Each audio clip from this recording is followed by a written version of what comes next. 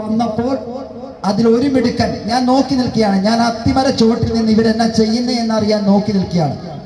അതിലൊരു മിടുക്കൻ ആ ഗ്ലാസ് ഡോർ വലിച്ചു പിടിച്ചു. മറ്റേ മിടുക്കൻ അകത്തേക്ക് തലയിട്ടു. ഉണ്ണിമാഷെ, നിങ്ങൾ പോവുകയാണല്ലേ എന്നൊരു ചോദ്യം.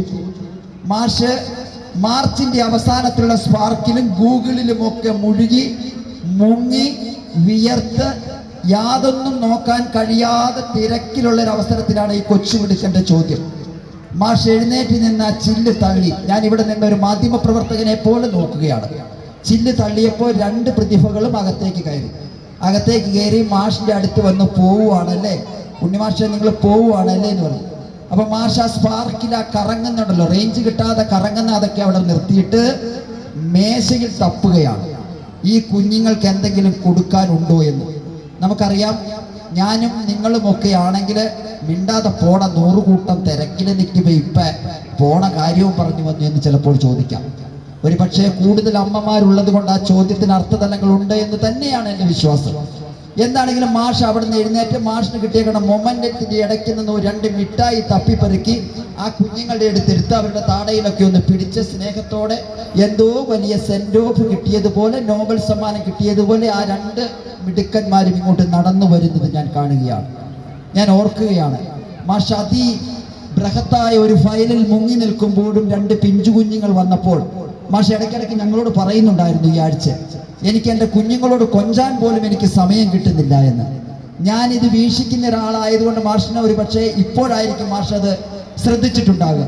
എന്താണെങ്കിലും ആ കുട്ടി മാഷ് ദേഷ്യപ്പെട്ടെങ്കിൽ തീർച്ചയായിട്ടും അവൻ്റെ മനസ്സിലെക്കാലത്തും ആ ഒരു നൊമ്പരം ഉണ്ടായേനെ. ഞാൻ ആ സമയത്ത് വൈലോപ്പിള്ളി പറഞ്ഞ 2 വരികൾ, വളരെ ബൃഹത്തായ ഒരു ഗ്രന്ഥത്തിൽ നിന്നെടുത്ത 2 വരികൾ എൻ്റെ മനസ്സിലേക്ക് പതിഞ്ഞിറങ്ങി. നീരസം ഭാവിച്ചു നീ പോയതെങ്കിലും കുഞ്ഞി, നീതു നുകർന്നാലേ അമ്മയ്ക്കു സുഖമാകൂ.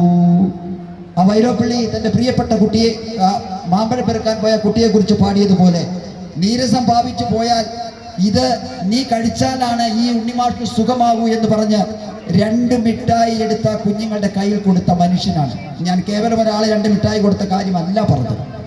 അതുപോലെ ഓരോ മനുഷ്യ ജീവിതവും, അതായത് ഇടം കൊടുത്ത് ഇടം നേടണമെന്ന് നമ്മെ പഠിപ്പിച്ച അതികായകനായ ഒരു പ്രധാന അധ്യാപകൻ ഈ വിദ്യാലയത്തിന്റെ പടിയിറങ്ങുമ്പോൾ കേവലം അദ്ദേഹം ഒരു അധ്യാപന വൃത്തിയിൽ മാത്രം മുഴുകി കടന്നു പോകുന്ന ഒരു പ്രതിഭയല്ല. കാരണം ഉജ്ജ്വലമായ ശബ്ദത്തോടെ, അതിനേക്കാളേറെ മുഴക്കുന്നോടെ ഓരോ വാക്കുകളും ജനിക്കുമ്പോൾ അതിനപ്പുറവും മനുഷ്യജീവിതമുണ്ടെന്ന് നമ്മെ പഠിപ്പിച്ച ഒരു പ്രതിഭയാണ് അദ്ദേഹം. തൻ്റെ ജീവിതമാണ് തൻ്റെ സന്ദേശമെന്ന് ഗാന്ധിജി വർഷങ്ങൾക്ക് മുമ്പ് പറഞ്ഞിട്ടുണ്ടെങ്കിൽ, തൻ്റെ പ്രവർത്തന ശൈലിയിലൂടെ ഒരു നാടിന് യഥാർത്ഥ അധ്യാപകൻ ആര് എന്ന് കാണിച്ചു തരികയായിരുന്നു ഈ 3.5 പതിറ്റാണ്ടിലേറെ. ഞാൻ മാനേജർ വിശദമായിട്ട് സംസാരിക്കുന്നുള്ളത് കൊണ്ട് ഞാൻ കൂടുതൽ അഡ്രസ് ചെയ്ത് പോകുന്നില്ല. എങ്കിലും 2002 പ്രഥമാധ്യാപകനായിട്ട് ഈ വിദ്യാലയത്തിന്റെ ചുമതല അദ്ദേഹം ഏൽക്കുന്നത്.